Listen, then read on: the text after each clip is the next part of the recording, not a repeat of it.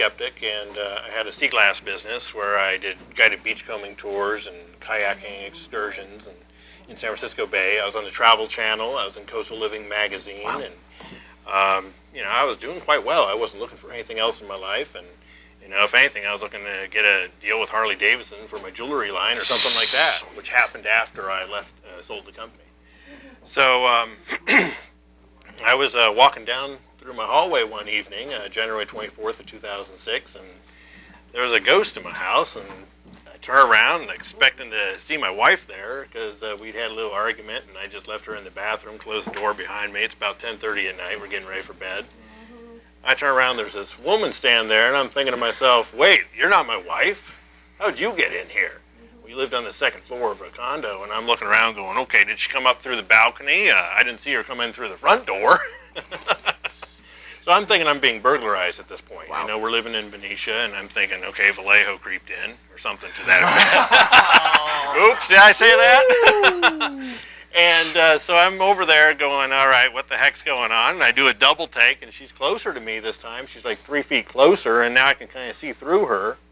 Now you can see her face pretty clearly. Oh, she looked like just like anybody in the audience right now. That's freaky. Yeah, complete full-on visual, apparition.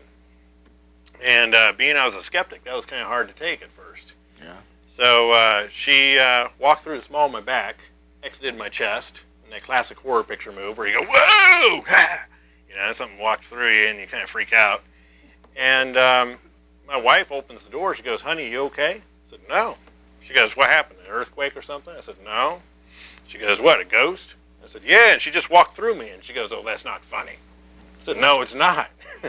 So we go into the living room. At this point, she's already vanished. And we go and sit down on the couch, and I start to describe what she looked like. She looked like she was about 18 years of age. She had long brown hair, came down pretty long, and she had this brown dress on that had these poofy little shoulders and tiny little buttons going all the way up. And the dress hemline came all the way down to the ankles, and I'm looking at her going, that's not from this time period.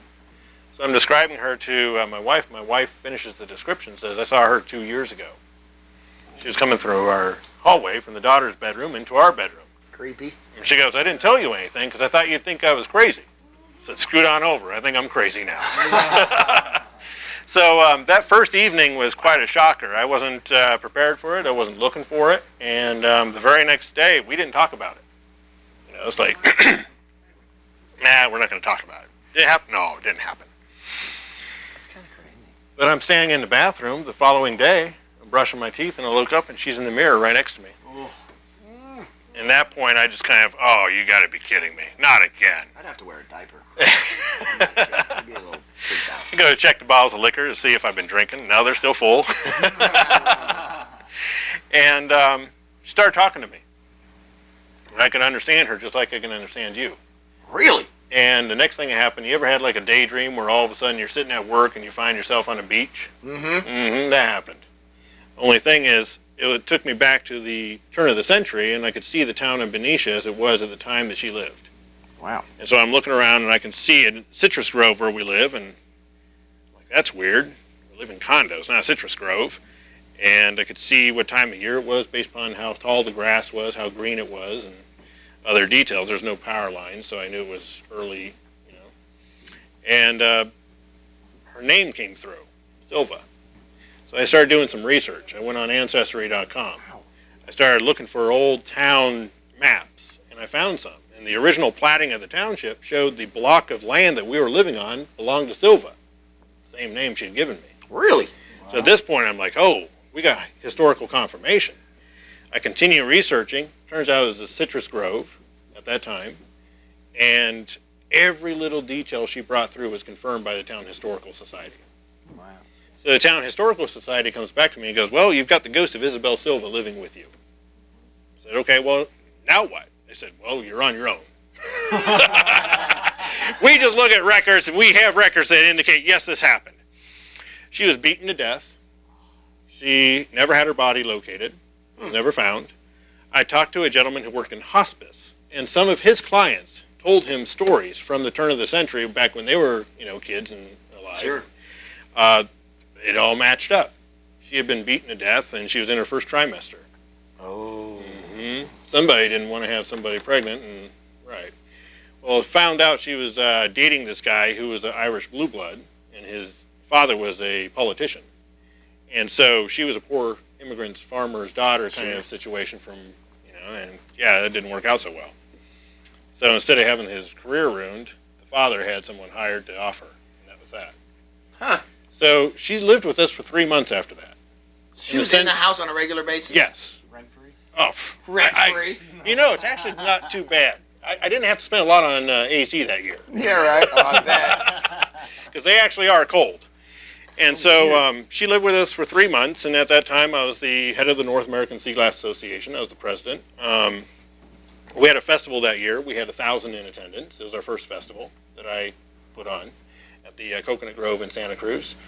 Everything was going really well with my business. Mm-hmm. And so I'd take phone calls and I'd go, yeah, I've got the 10-pack of drill bits for you for the, the drill in the sea glass, and I'll get that out to you. By the way, you had a stillborn 6 years ago, female, right?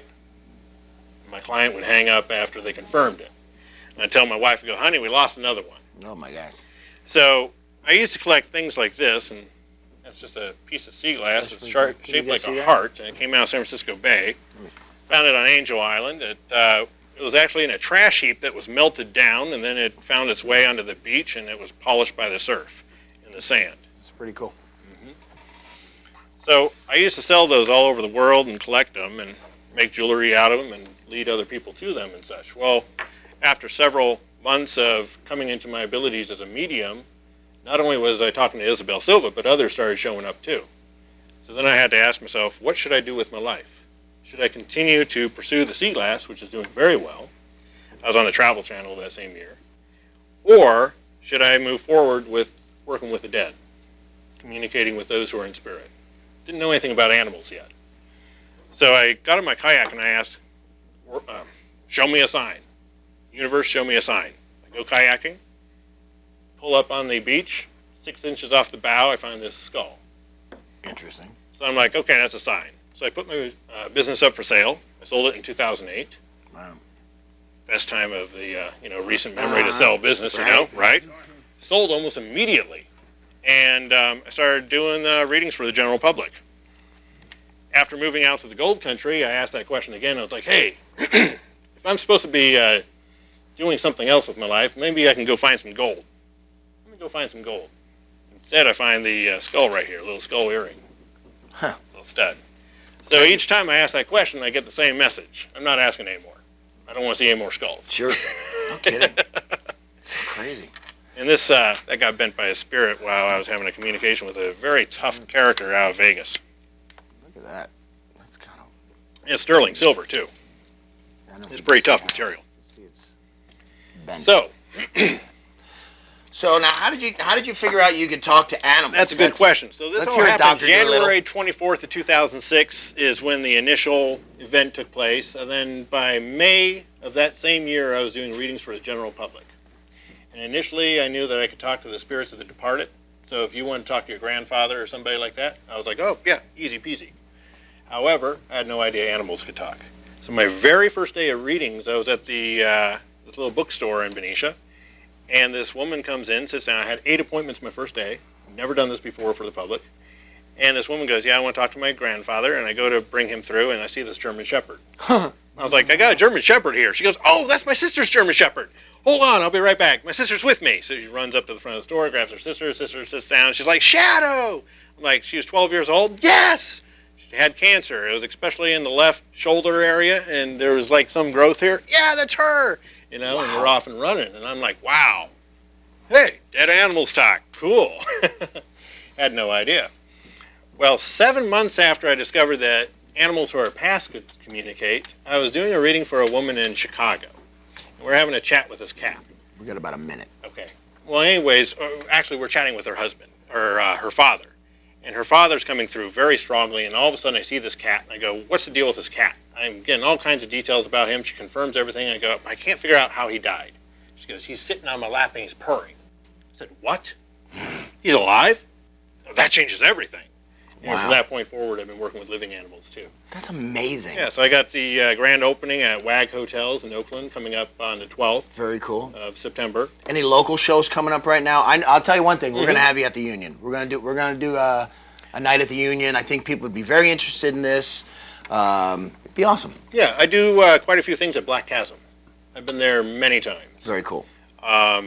Fantastic show in there. We go down into one of the chambers down there. It's fantastic. In addition to that, I've been over at Clark's Corner. I've got classes that I teach over at Avio Vineyard so that you can learn how to do what I do. And those have been very successful, I might add. In addition to that, some other events I've done have involved APOW and so forth, like Bark in the Park. Website? CharlesPeden.com. PEDEN.com. Everybody give it up for Charles Peden. We'll be right back.